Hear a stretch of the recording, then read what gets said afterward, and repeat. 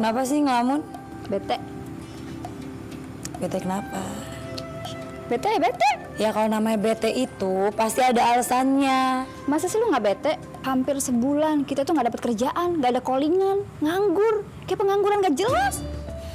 Ya Allah Putri, ngucap astagfirullahaladzim. Mungkin Allah belum ngasih kita rezeki sekarang. Allah nyuruh kita istirahat dulu, biar bulan depan kalau ada callingan fresh mukanya. Sabar ya.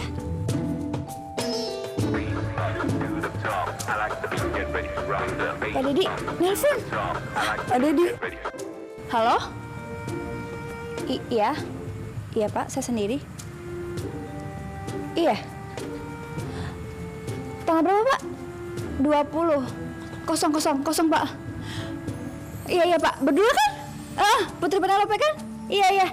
Jam berapa? Jam 10. Iya Pak, iya makasih Pak Dedi. Iya, Waalaikumsalam.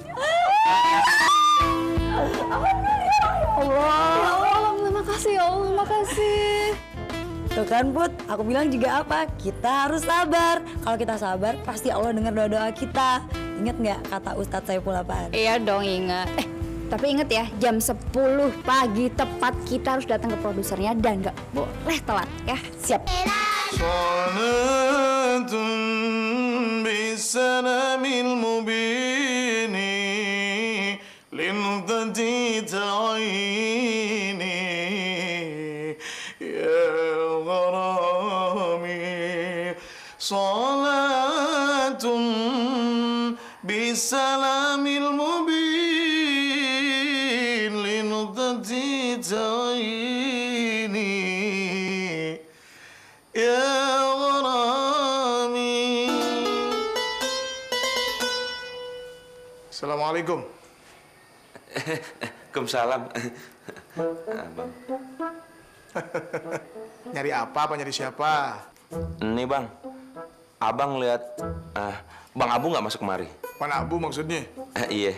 Saya dari tadi di sini udah lama. Kagak ada Bang Abu, nggak ada.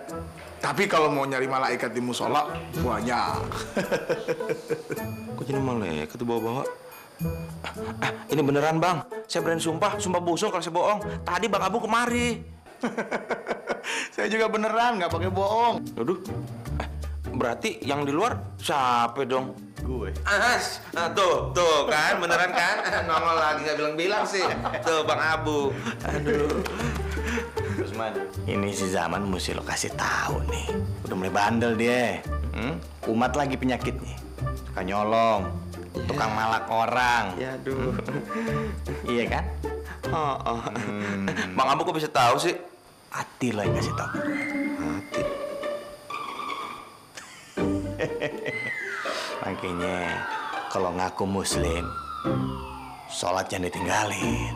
Sholat lagi. Udah dibilangin baca nama urutannya gue lupa. Emang sholat bisa bikin kaya?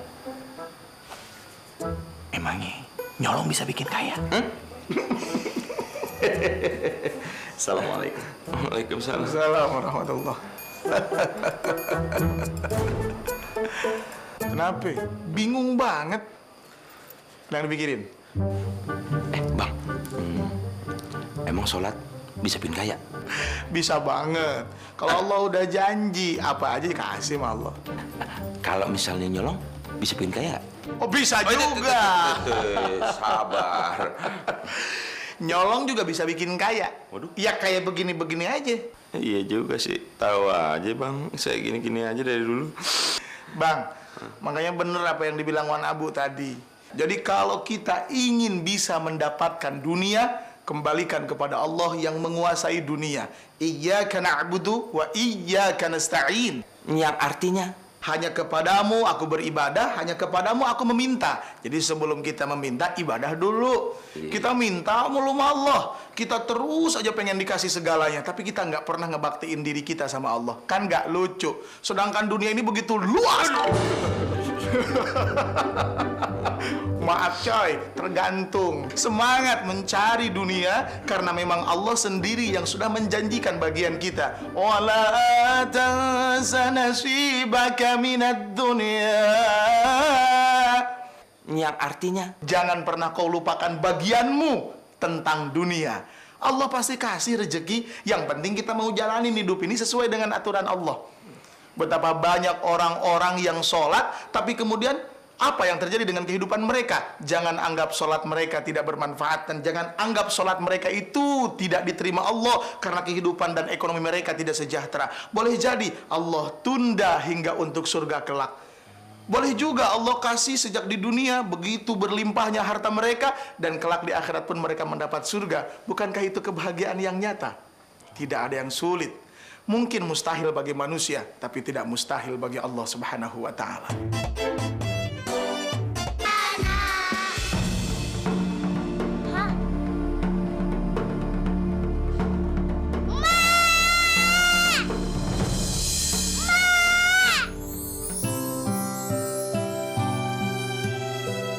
Ya Allah, tapi kangen sama emak.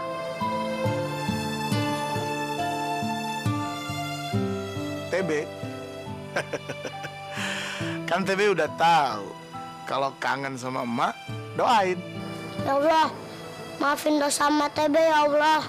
Rabbi firli wali walidayya warhamhuma kama rabbaya saghira ya Allah. Ampunilah dosaku dan dosa kedua orang tuaku sebagaimana mereka menyayangi aku di waktu kecil. Ya Allah, salamin sama emak ya Allah. Tapi kangen sama emak. Maaf nih Be, Bang Usman bukan ngolok-ngolokin. Tapi kalau terlalu sedih Be, ujung-ujungnya jadi meratap. Kalau TB malah meratap, kesian sama emak. Emak kan udah wafat. Makin gak bagus buat emak kalau TB anaknya emak malah ngeratap dengan wafatnya emak. TB mati juga nggak apa-apa bang. TB ikhlas. TB pengen bersama emak. Waduh. Wah, ini bahaya Be, bahaya Be. Kalau ngomongnya udah begitu, itu artinya udah nyerempet ke putus asa. Kalau udah putus asa, hukumnya haram Be. Be, Nabi Ibrahim alaihissalam nyuruh anak-anaknya untuk tidak berputus asa akan rahmat Allah. Karena diperingatkanlah anak-anak dan keturunan Nabi Ibrahim alaihissalam tersebut bahwa tidaklah berputus asa akan rahmat Allah, melainkan orang-orang yang kufur. Kufur kepada Allah Tuhannya dan kufur terhadap nikmat yang sudah Allah berikan kepadanya. Jadi kalau sampai kita kufur, sampai kita putus asa sama rahmat Allah, sama aja kita nggak percaya dong sama janji Allah. Sedangkan kalau kita ragu-ragu sama janji Allah, sama dengan kita meragukan kuasa Allah. Kalau kita meragukan kuasa Allah, ujung-ujungnya kita mesti syahadat lagi Be. Akidah TB itu penting. Itu yang jadi harta TB paling berharga. Ketauhidan, keyakinan terhadap Allah Subhanahu wa Ta'ala. Firman Allah Subhanahu wa Ta'ala, hadits qudsi, aku bagaimana persangkaan hambaku apabila dia mengingatku. Jadi kalau misalnya TB putus asa, waduh, naudzubillah min dzalik deh Be. Bang Usman udah nggak mau dijelasin pakai kata-kata yang lain, saking ngerinya Be. Tapi kalau TB positive thinking, TB punya semangat, TB percaya, TB yakin, TB bakalan jadi orang besar. Ingat Be, Nabi kita, Nabi tercinta, Nabi agung, Nabi mulia, Sayyidul Kaunain wa Tsaqalain, Rasulullah Muhammad sallallahu alaihi wasallam. Beliau terlahir sebagai yatim. Terus TB mesti gimana bang? Ya, TB kan udah tahu jawabannya. Selesaikan masalah TB dengan sodako. Gimana kalau Bang Usman yang sedekah sama TB? Kan TB anak piatu bang. Waduh. Bang Usman sekarang yang dibalikin. Cuman nih hari Bang Usman gak bawa dompet. Tapi ini kembalian aneh, Be. Masa di jajan nasi uduk.